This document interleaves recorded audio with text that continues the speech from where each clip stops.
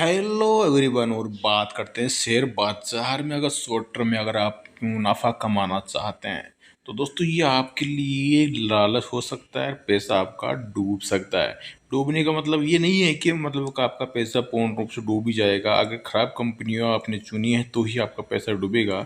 लेकिन अगर आपने अच्छी कंपनियां भी चुनी और बाजार में यहाँ पे भी उतार चढ़ाव है और शॉर्ट टर्म में अगर शेयर आपका गिर गए तो आपको फिर काफ़ी इंतज़ार करना पड़ सकता है। शॉर्ट टर्म की बजाय लॉन्ग टर्म के लिए आपको रहना पड़ सकता है, क्योंकि शेयर बाजार को अभी अगर कोई फिक्र सता रही तो वह है ईरान इजराइल का टकराव।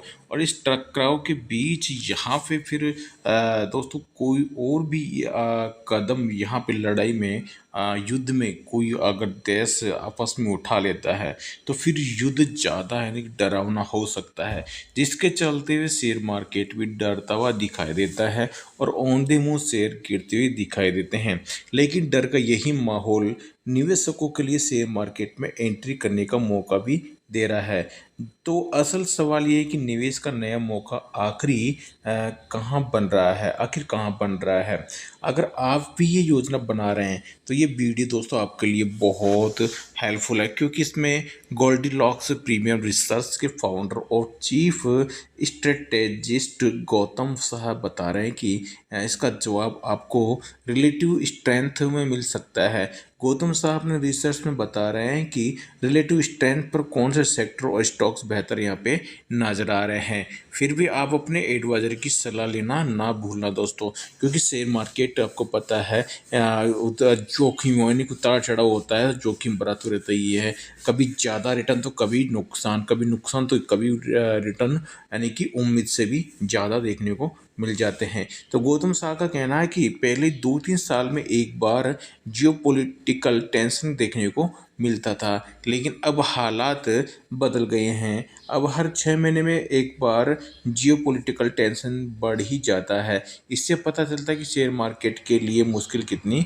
बढ़ गई है। लेकिन क्या आप ये जानते हैं कि पॉलिटिकल टेंशन और ग्लोबल मार्केट पर प्रेशर के बावजूद इंडियन मार्केट टिका हुआ है। और इसकी वजह की लिक्विडिटी। पिछले 3-4 महीनों से भारतीय बाजार सिर्फ लिक्विडिटी की वजह से ही संभला हुआ है। अगर हमारे भारतीय शेयर बाजार में इतनी लिक्विडिटी नहीं होती तो अब तक मार्केट क्रैश कर चुका होता।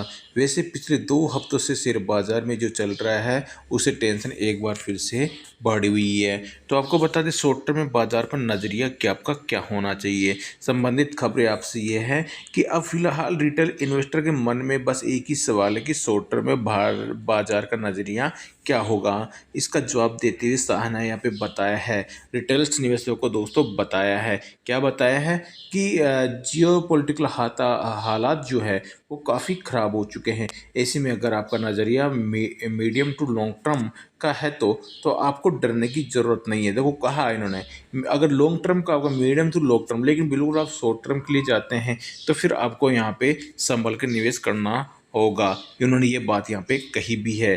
देखो ये कही है कि लेकिन शॉर्ट टर्म के लिहाज से आपको सावधानी यहाँ पे बरतनी होगी, क्योंकि बाजार का शॉर्ट टर्म नज़रिया कमज़ोर दिख रहा है। मुमकिन है कि शेयर बाजार मौजूदा लेवल से 4 से 5% यहाँ पे टूटता हुआ दिखाई देता है। तो दोस्तों ये चीज़ आपके लिए बहुत बड़ी बात है, बहुत डरावनी बात है, क्योंकि लेकिन इसके बाद बाजार में एक बार फिर से स्टेबिलिटी आएगी और शॉर्ट टर्म में निफ्टी 21,000 तक गिर सकता है। सुना आपने, 21,000 तक मार्केट, अभी मार्केट है 22,000 पर, तो मार्केट यहाँ से 1000 पॉइंट डाउन 21,000 तक मार्केट गिर सकता है। ऐसा दोस्तों यहाँ पे देख सकते हैं एक्सपर्ट ने बताया है। तो ऐसे में शॉर्ट टर्म में जो पोजिशनल ट्रेडर्स को कोई एग्रेसिव पोजिशन नहीं लेना चाहिए। क्या बैंक निफ्टी में कोई बड़ा अप ट्रेंड आएगा, तो इसके बारे में उन्होंने यहाँ पे कहा है। ट्रेडर्स के मन में जो दूसरा सवाल है कि क्या बैंक निफ्टी में यहाँ कोई बड़ा मूव आएगा, इस पर गौतम साहब बताते हैं कि बैंक निफ्टी में फिलहाल अभी कोई बड़ा मूव नहीं आएगा। इसका चार्ट भी खराब है। फिलहाल एचडीएफसी बैंक से कोई बड़ी उम्मीद नहीं है। अगर आपको कोई बैंकिंग स्टॉक जो नहीं है तो एसबीआई पर भरोसा कर सकते हैं। एसबीआई में एक स्ट्रक्चरल अपट्रेंड साफ नजर आ रहा है। अगर खराब बाजार में भी एसबीआई के शेयर में गिरावट का खतरा कम है, जबकि एचडीएफसी बैंक के शेयर नीचे 1400 और ऊपर 1650 रुपए की रेंज में फंसा हुआ है। आगे भी कुछ महीनों तक इसी दायरे में घूमता हुआ दिखाई दे सकता है। मेटल सेक्टर में निवेश करना चाहिए या नहीं, तो उन्होंने मेटल सेक्टर के बारे में भी दोस्तों यहाँ पे बताया है। निवेशकों का तीसरा सवाल यही था कि मेटल शेयरों पर आगे कितना भरोसा किया जा सकता है। तो मेटल शेयरों को लेकर शाह का नजरिया बुलिश है। शाह के मुताबिक अगर 3, 6, 8 महीने का नजरिया हो तो मेटल शेयर में बने रहना आपके लिए फायदेमंद हो सकता है। यहाँ साफ तौर पर एक स्ट्रक्चरल अप ट्रेंड नजर आ रहा है।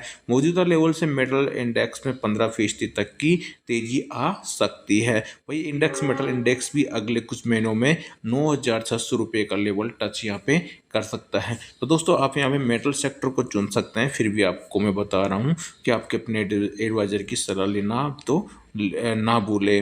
गौतम शाह ने अंत में रिलायंस के शेयरों के बारे में एक बात यहाँ पे कही है। उन्होंने कहा कि रिल के स्टॉक्स फिलहाल कंसोलिडेशन के फेज में है। मीडियम से लॉन्ग टर्म के लिए रिलायंस का आउटलुक शानदार नजर आ रहा है। ऐसे में उम्मीद है कि रिलायंस के शेयर एक बार फिर से 3000 का लेवल पार कर सकते हैं। लिहाजा अभी गिरावट आए रिलायंस के शेयर में खरीदारी की उन्होंने यहाँ पे सलाह दी है कि रिलायंस के शेयर आपको गिरता हुआ दिखाई दे तो आप यहाँ पे खरीदारी कर सकते हैं। लेकिन आपको बताया कि उन्होंने अधिकतर शॉर्ट टर्म का नजरिया उन्होंने बंद किया है, मना किया है, क्योंकि एक बार मार्केट में करेक्शन आने का आपको इंतजार यहाँ पे करना चाहिए कि मार्केट 21,000 के आसपास आए, उसके बाद आप यहाँ पे खरीदारी करें तो सेफ जोन में रहेंगे। अगर आप यहाँ से खरीदारी करते हैं तो आप लॉन्ग टर्म का नजरिया बनाए, आगे लॉन्ग टर्म 3, 4 साल 5 साल का नजरिया बनाए तो खरीदारी कर सकते हैं। अदरवाइज यहाँ पे आप इंतजार करें मार्केट का करेक्शन का 21,000 के आसपास लेवल दिखाई दे, तब जाके स्टॉक्स में खरीदारी करें